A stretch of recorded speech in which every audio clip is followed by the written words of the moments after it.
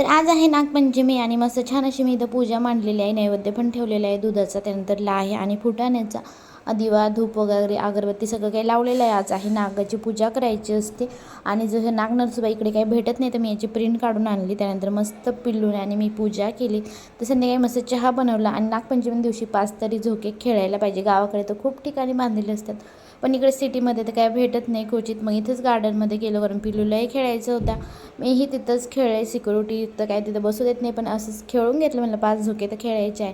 आणि आमच्याकडे कडे तवा काही दोन्ही पण ठेवत नाही, त्यामुळे भजी वगैरे काही करायचा प्रश्नच नसतो। सकाळी शिरा वगैरे करतात किंवा मग रात्रीच बनवून ठेवतात आणि किंवा मग रवा भाजून ठेवलेला होता मी, आणि त्यानंतर इथं असं गव्हाच्या पिठाच्या चकुल्या म्हणू शकते किंवा कानोले करतात, तसं चपाती करतो त्याच पद्धतीने आतमध्ये तेल लावून आणि अशा पद्धतीने मी इथं दोन्ही साईडने दुमटून घ्यायचं आतमध्ये। आणि त्यानंतर मला संध्याकाळी नैवेद्य वगैरे ठेवायचं, ही पूजा उचलून घ्यायची, त्यानंतर जीविताची पूजा करायची। त्याचा व्हिडिओ नेक्स्ट व्हिडिओमध्ये तुम्हाला बघायला भेटेल।